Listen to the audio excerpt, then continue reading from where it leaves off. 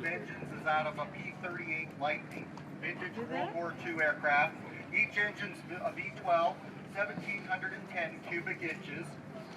These engines had a max emergency wartime horsepower rating of nearly 3,000 horsepower. As these engines are tuned now, each engine delivering approximately 1,100 horsepower to each of twin screws, what, 20, are they 22-inch props? 22-inch props. Can I ask you a question? Yes, sir. Are those the... Yes, they are counter-rotating engines, okay? You know, and that way when we throttle up, the boat doesn't become partial submarine. Okay. Now, starting these engines is very much, we have to follow the full aircraft procedure of starting these engines. And, you know, so it's actually quite a checklist of steps we go through. And I'll kind of talk you through it as the skipper here sets off the engine. The first thing he did was turn on the master power switches, the battery switches, and power up the systems, including the ignition. And then he has an ignition master switch. And you're going to hear him run the blowers for a bit. And always practicing good safety practices. We run the blowers for a bit. And plus, we're going to stick our nose down there and do the smell test. Just make sure we don't smell any of that pungent odor of the 110 octane low lead avgas that we use.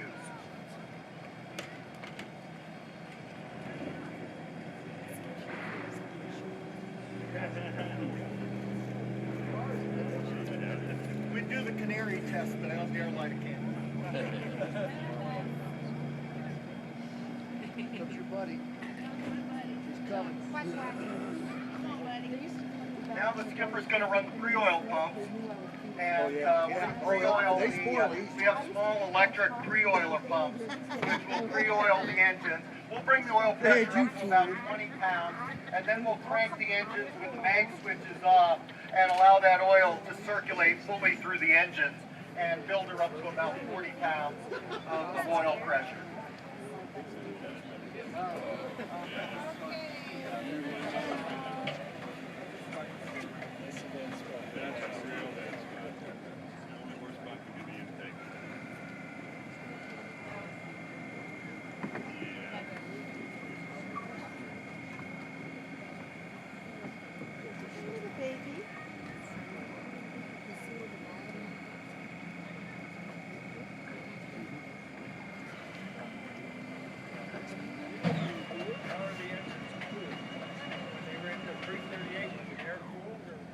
Yeah, they're actually water-cooled engines.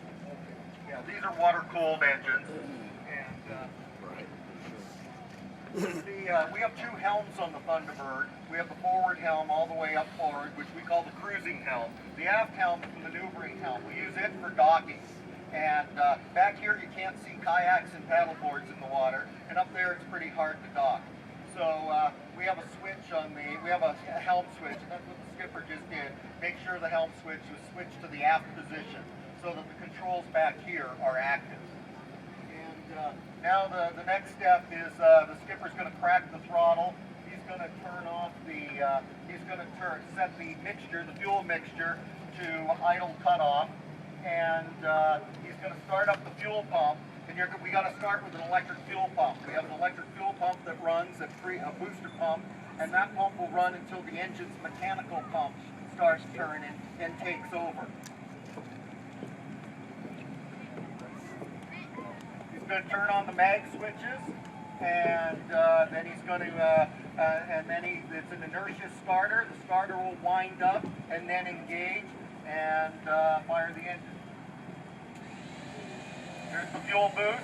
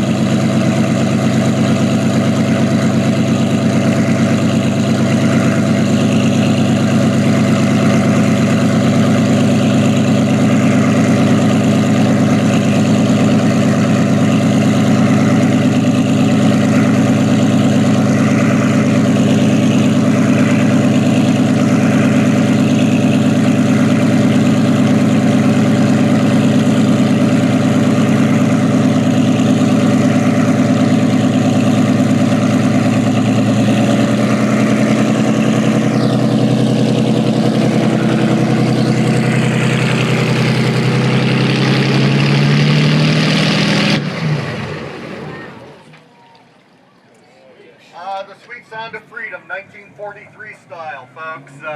You know, and that was just one of two. One of two. And no extra charge for the backfire at startup.